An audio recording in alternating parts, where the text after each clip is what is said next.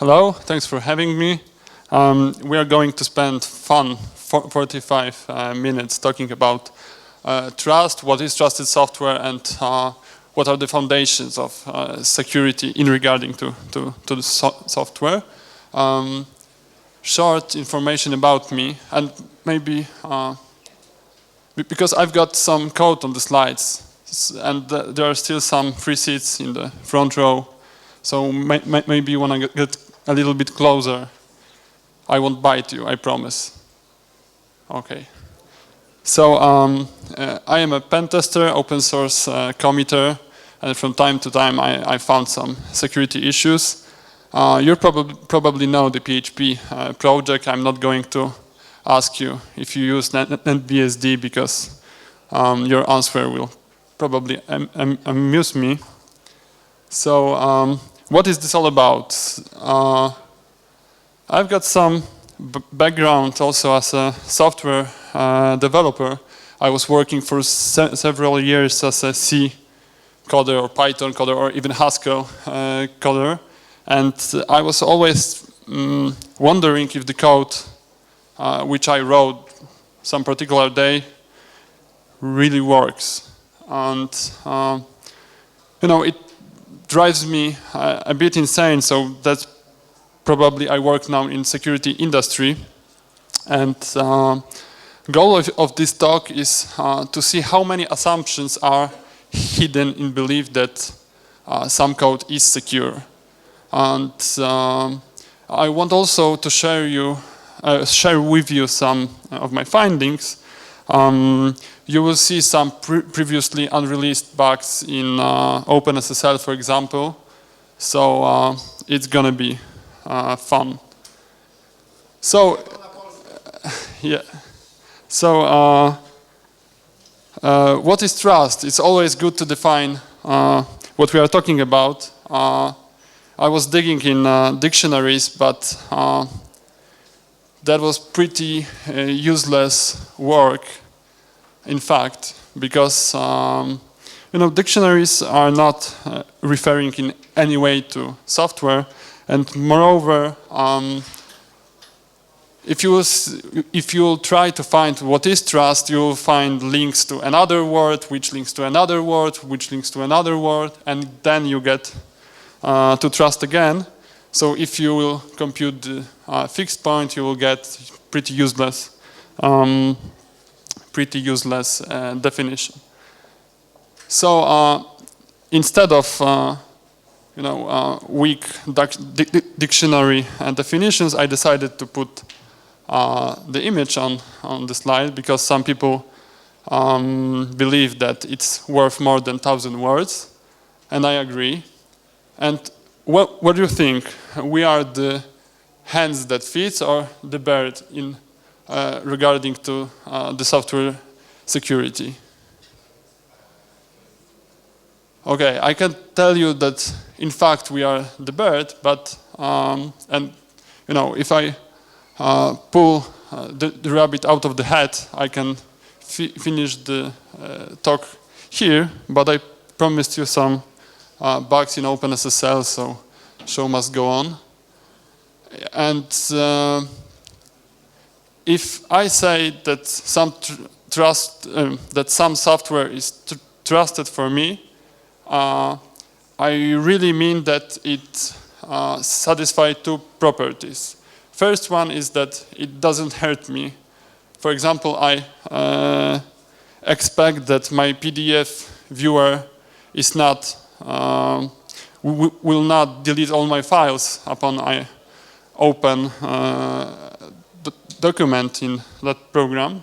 And the second one, that software does what I think it does.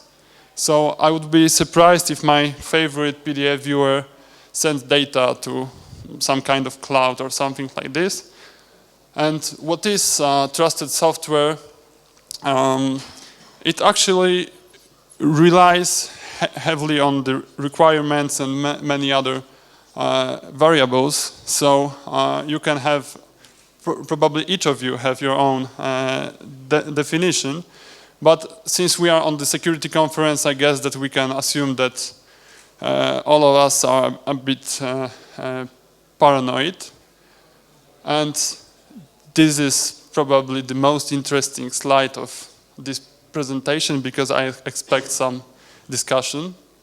And my question is, do you use, for example, Linux software? Never. Never. Me too, only not BSD or BSD software. So who use Linux software, raise your hand. Do you trust it? Okay, no reaction. I trust it, but not as much as, for example, OpenBSD.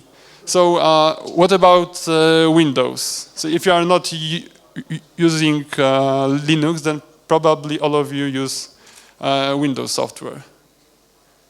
Is that true? Yes, some of you use Windows software. Do you trust it? Definitely. Okay. I see also comme-ci, comme-ça reactions. So, regarding to OpenBSD, I must admit that this is not first one when I present those slides. I gave a talk 2 years ago at Security Besides and collected some let's say, comments from that talk, and people were very confident that OpenBSD is secure software because they implement so many security mechanisms. Do you agree? No. No, okay. Okay, and what about the cloud software? Do you use, for example, Gmail, Dropbox? I'm sure you are using it. And this talk is not about software, cloud software, whatever it is. This is actually a very true picture. It's not funny, I guess, for all of you that keeps data in the cloud. And remember that there is no cloud. There is just other people's computers. So let's focus on the real software. And from my interviews with many people, I have following observations. So people rather trust small software. For example, Excel is not a good example because if you want to add, for example, 2 numbers, it would be probably better to use something smaller. And what is funny, people trust, maybe not funny because this is based on our intuition, people rather trust open source. And Linus, who created Linux project, stated his own law, which is as follows. Given enough ables, all bugs are shallow. How many of you ever read any open source code? So yeah, I would say that it's less than 50% of people in this room. So we rely that some group of programmers, developers, security professionals or whatever read the code and it is secure. And of course, in regarding to open source, we can verify code ourselves, but you know it's not possible when you get, for example, from FreeBSD like 15 million lines of code. You can even scroll that code in a some sane time. And I'm pretty sure that if you really use any kind of Unix or Linux, you use binary packages. Have you ever verified them? For example, if they were compiled from the code which is available in the internet? Probably no. And well, now it is possible because some projects like Debian or FreeBSD are working on the builds that can be reproduced in your kitchen. So you can verify yourself that the binary set is actually compiled from the source code, which is publicly available. And of course, we rather trust software with a good reputation. Well, probably that run no longer is well, I would today put here another system, not Windows, because now it has many security features, and I think it's pretty secure right now. But I don't want to talk about, some generic ideas. I want to take particular software, expose it to the internet, and see what would happen. So I want, for example, to factor that software into prime factors and see if they are secure. So what do you think? Which software we can choose in order to do such experiment? You can pick any software. I created like 20,000 versions of this talk. So OpenSSH. What a great choice. So by acclamation, we are choosing OpenSSH. Why? Because it's relatively small. It has good design. It's well written. Also, well, I usually enjoy reading code, but OpenSSH is pretty good code to read. If you, for example, want to see how to implement security mechanisms, take a look at the OpenSSH. And well, that's not only my opinion, but also Kinko. You probably know him. He thinks the same. And it's actually very popular software. I'm sure that all of you ever used OpenSSH directly or indirectly. Actually, ZMAP made some scans a few years ago, and the hit rate was pretty good. And who has seen the Matrix movie? Can you recognize this scene? Yes, so to be honest, I haven't seen that movie, but friends told me that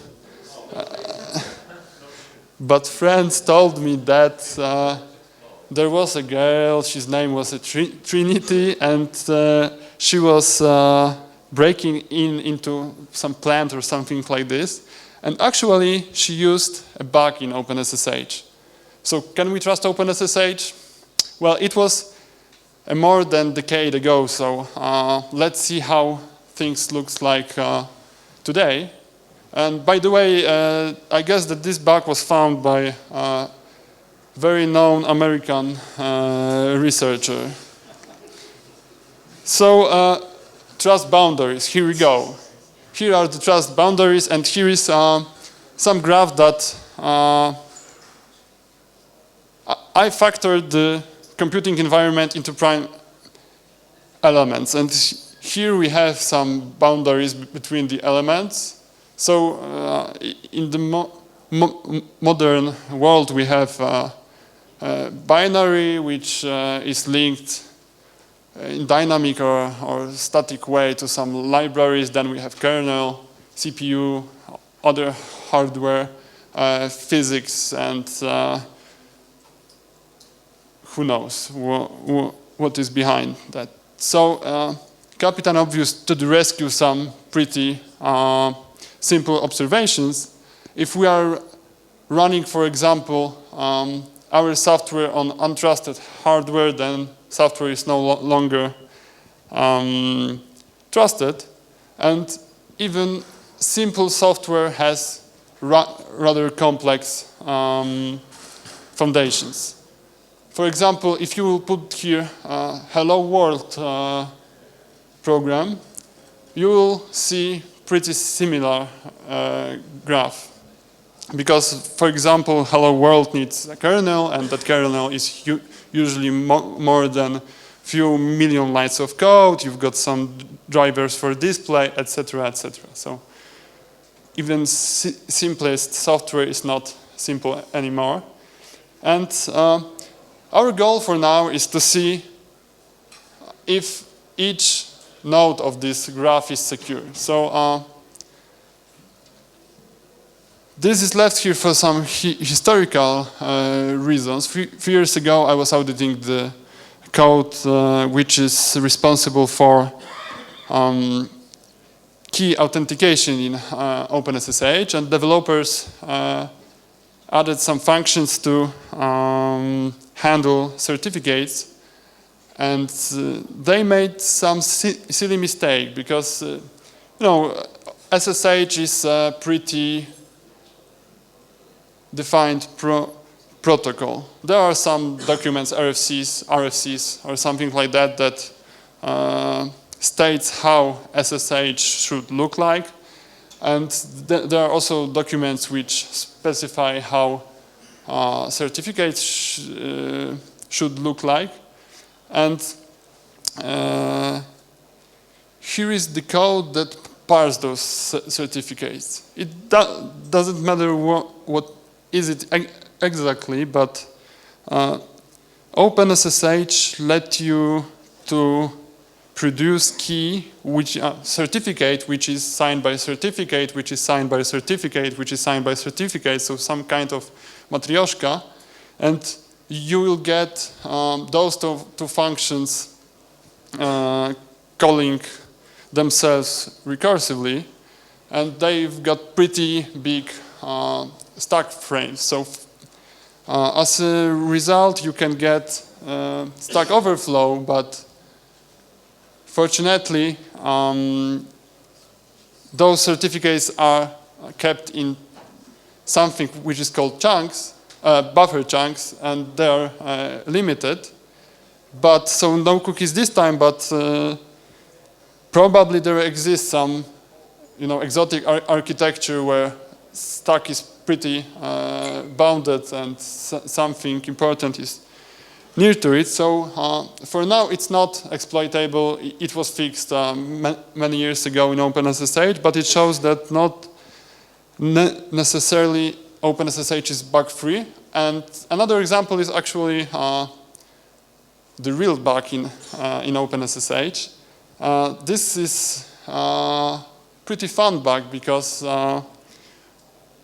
OpenSSH developers made some mistake with those certificates. They used a field called nonce, and some, very smart people who know cryptography told them that nonce field should be replaced. As far as I remember, they suggested to put this field at the very beginning of the certificate, and they implemented it, but made stupid mistake that when you were issuing the old type of certificate, the nonce was not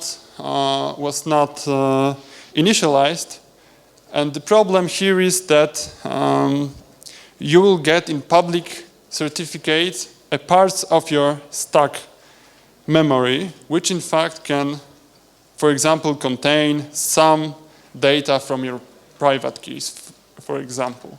So it was fixed also many years ago, but now it's still possible, for example, to perform timing attacks against OpenSSH. There are several tools in the internet to do so. So I guess that OpenSSH is for now secure, but we can see that something can happen and it might be unsecure.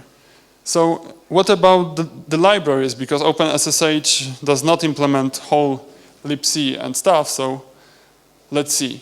By the way, we have only 4 libraries on this slide, because those 4 libraries are used directly, in indirect way by OpenSSH, but actually if you see on Debian, for example, there are nearly like 15 libraries used indirectly by OpenSSH. So if you run OpenSSH on non-OpenBSD platform, you will need libopenSSH compat layer, which implements the functions which are not part of libc that your system uses, because OpenBSD developers added several functions that help them write code in secure way. So they decided to write some kind of glue which implements those functions for other platforms. And this part of code heavily relies on OpenSSL. So let's see if OpenSSL is broken. If OpenSSL is broken, then this library will be broken too. So OpenSSL. I guess that all of you ever heard about OpenSSL. Some people have pretty bad opinion about this code. Actually, many developers from BSD world think that this code is pretty bad, but actually they use it, and all of us are using it, and it's pretty fun that we think both that this is unsecure and we are using it. Many projects rely on OpenSSL. I have investigated FreeBSD ports, and it looks that in direct way more than 700 ports use it. And you know, C coders are, you know, coding in C is in general very hard thing, and you can't write in a good C code and know everything about cryptography.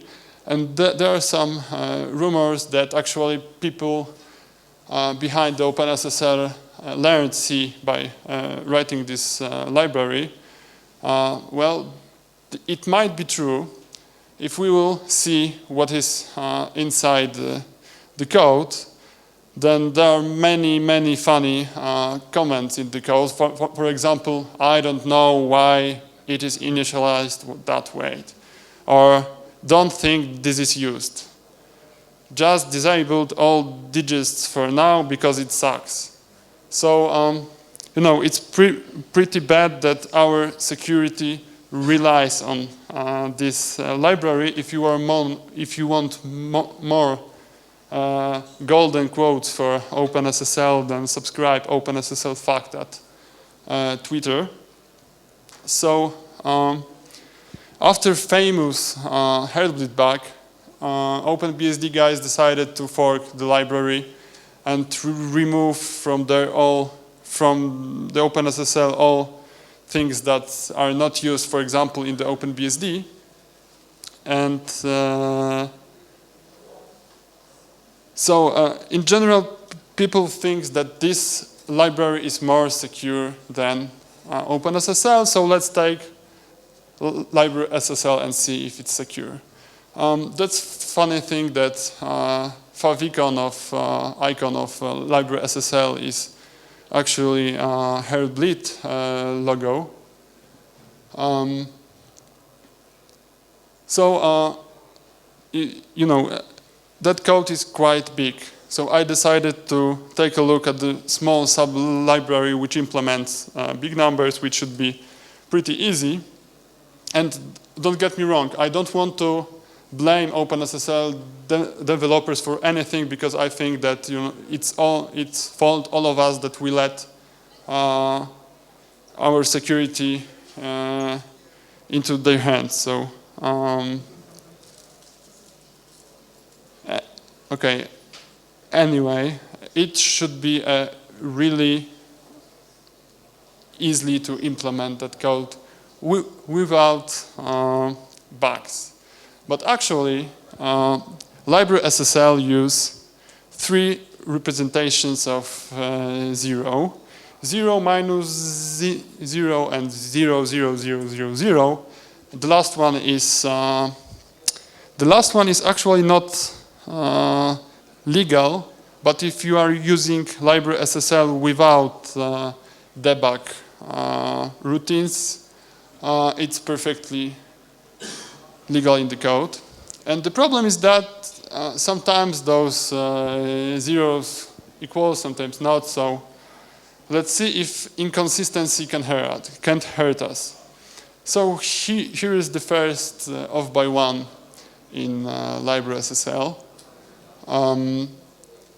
We can get somehow minus 0 and apply it to the function which translates the big number into the hex representation of number.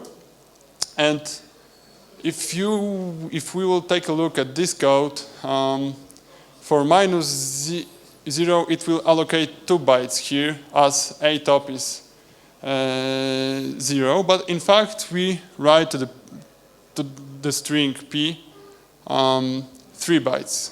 One byte is written here, one here, and one here.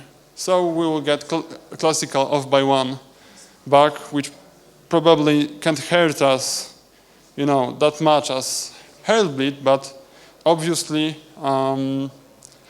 it shows that something is wrong with this library. And there is another example. If you can pass your own value to bnrun function, which gives you random bits from the system or from the library, it doesn't matter. So if you can control this this argument, you can put here a 1. So let's take a look. If you put 1 into the bits, then you will get here bytes equals 1. So we would allocate 1 byte of memory, but here we are writing actually 2 bytes, or affecting 2 bytes. So another off by 1 example. So I guess that those 2 bugs show that library SSL is not necessarily secure.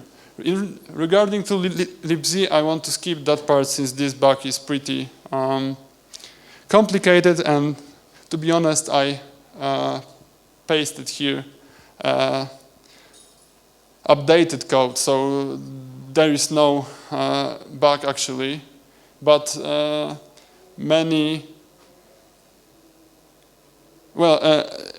the zlib page you'll find frequently asked questions, and the developer thinks that this bug is actually an optimization, but they fixed that. So regarding to libc, there is a fun story behind that, because we found a bug during last year's DEF CON qualifications. We downloaded the binary and ran it on our test server. And actually it was kind of shell, and we were running several commands with Polish bad words, which some of them contain some characters which are handled by libidn. And we triggered double free in the get address info, and we thought that it is a part of the task, but actually it wasn't. But the bug in the glibc was real. So let's see if kernel is secure. So if you will take a look at the kernel, there are millions lines of code that running next to each other on same privilege level. There are, everything: network protocols, file systems, and many more. And this is example of the bug in the FreeBSD code. It actually fixes, so it's not pretty important to analyze that now. But let's see the NetBSD example. This value is 100% taken from the user length, so user can allocate as many bytes as he wants. And in fact, he can take all the memory in the system and make the system panic. And this bug is not exploitable on x86 architecture and AMD 64, but in fact it's exploitable on SPARC 64. After the presentation, I can tell you why. And this is another example. This is a bug in the library which is used to exchange the data between the user land and the kernel in some structured way. You use the plist or something like that by Apple standards. And here is the loop that can hit the unmapped page and make the kernel panic. So let's go a bit deeper.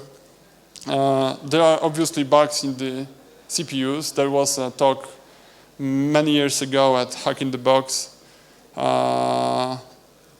done by Chris Kaspersky, but actually not many details were there. But obviously, if you remember the Pentium processors, you probably remember bugs in those processors. Also, if you, for example, take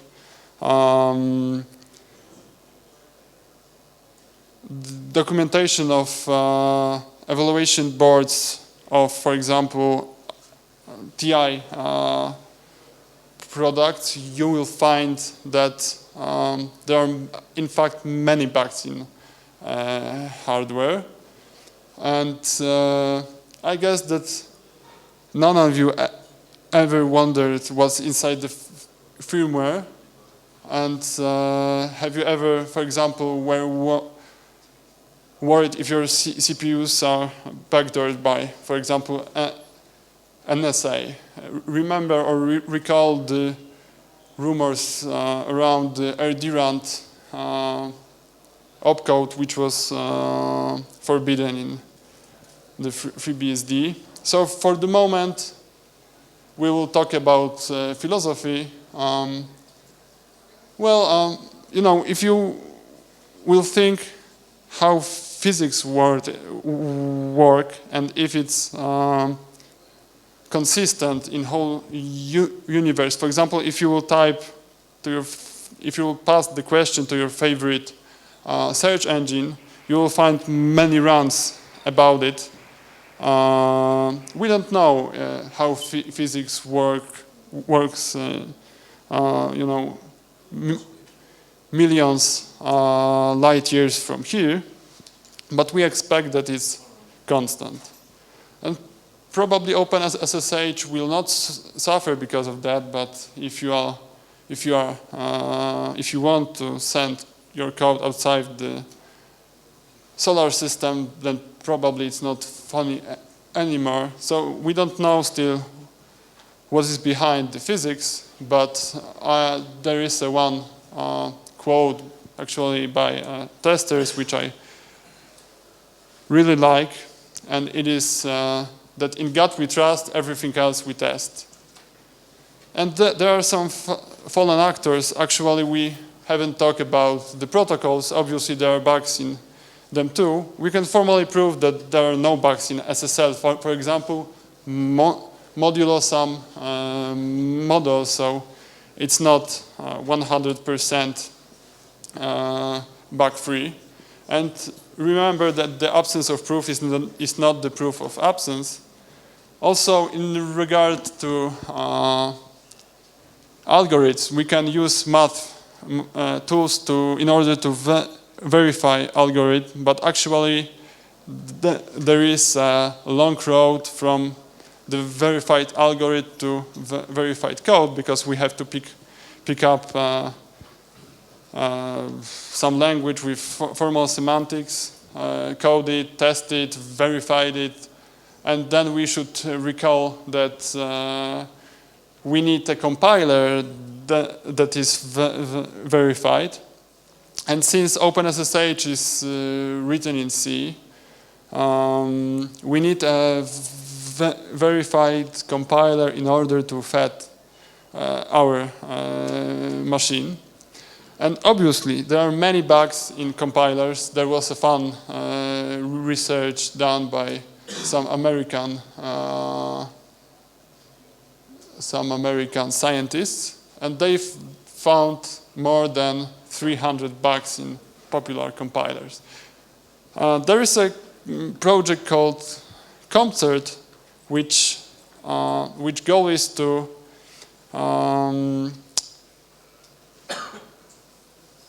make a verified compiler, and it means that the code that we get from this compiler is 100% consistent with the semantics of C standard 90, but actually there was a bug in that code, and if you take a look at the translation process, it's insanely complex. So I'm pretty sure that there are more bugs. So what are the conclusions? So of course, it's always better to be paranoid than sorry. Read the code or not be surprised. It's actually good for us pen testers that will never get rid of bugs in software. But to be honest, all those liars works usually fine. You know, I run some instance of OpenSSH, Apache, and other servers, and usually I sleep well. So I would like to also say thanks to Marek Roemeka and Filip Palian, who helped me a lot with this presentation. Some bugs presented here were found in cooperation with them. So thanks to them. If you would be interested in some other concepts of what is trust, then you can take a look at those links after the conference. And this is time for questions. So, when you mentioned please wait.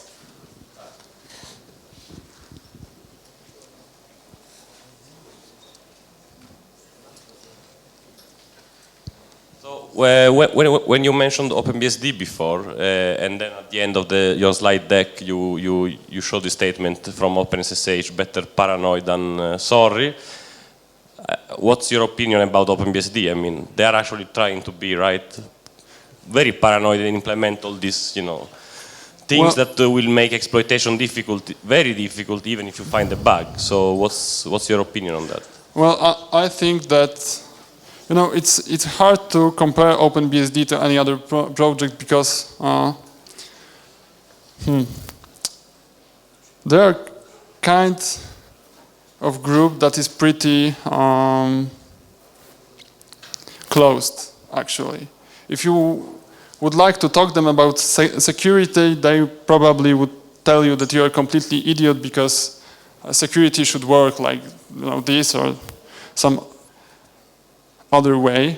And my opinion about OpenBSD is that they have many security features in user space, but actually there are lack mechanisms to protect kernel space. I guess that, for example, they still don't have ASLR in kernel, for example. So it's hard to say. I personally trust OpenBSD, but I think that GR security with Linux is probably more secure. But it's hard to measure. It's just my intuition. Thank you very much. Thank you.